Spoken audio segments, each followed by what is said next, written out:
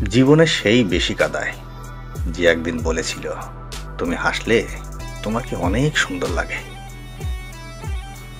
যতক্ষণ মানুষ নিজের কারো কাছে ঠকে না যায়, ততক্ষণ মানুষের চেতনা হয় না।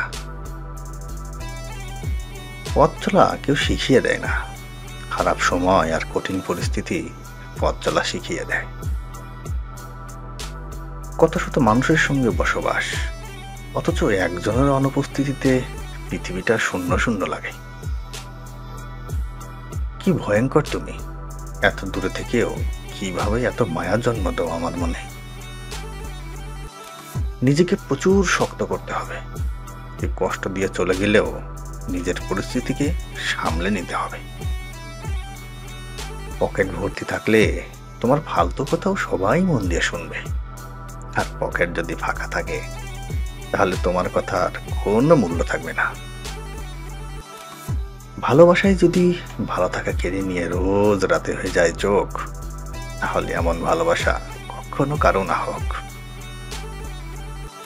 জীবনে অনেকেই আসবে যাবে, যে সঠিক হবে বেলা শেষে থেকে যাবে। অতিরিক্ত সরলতা আর আবেগী মনোভাব কখনো কখনো নিজেকে নিজের কাছেই অসহায় করে তোলে। ক্ষমা ঠিকই করে দিয়েছি, কিন্তু আঘাতগুলো কোনোদিনই ভুলবো না। কেউ মিথ্যা বলেছে জেনেও পুরো মিথ্যাটা ধৈর্য সহকারে শোনার প্রতিভাটা আমার মধ্যে আছে। জীবন মানে একটা ভূমিকাহীন গল্প, যার প্রতিটা লাইন পড়া খুব সহজ, কিন্তু বোঝাটা খুব কঠিন। সবাইকে খুশি করতে গিয়ে কখন যে একা হয়ে গেলাম বুঝতেই পারলাম না। কাউকে তার ভালো মন্দ বেশি বোঝাতে যেও না, এতে তুমি তার কাছে খারাপ হয়ে যাবে।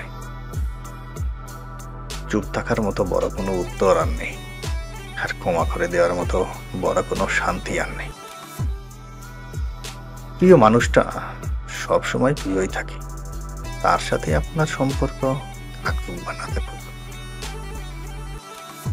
জীবনে যদি সফল হতে চাও, তাহলে লোকের কথায় কম আর নিজের কাজের উপর বেশি গুরুত্ব দাও। ধৈর্য মানুষকে জিতিয়ে দেয়, আর অধৈর্য মানুষকে হারের দিকে এক ধাপ পিছিয়ে দেয়। পুরুষ মানুষের একান্তই কোনো শখ নেই, যে শখ আছে সে শখ শুধুমাত্র পরিবারের জন্য। তুমি যদি কষ্ট সহ্য করতে না পারো, তাহলে সাফল্য সামলাতে পারবে না। পাওয়ার আনন্দ আর হারানোর বেদনা কখনো ভোলা যায় না। যদি বাঁচার জন্য জীবন না থাকে, তাহলে টাকা দিয়ে কি করব?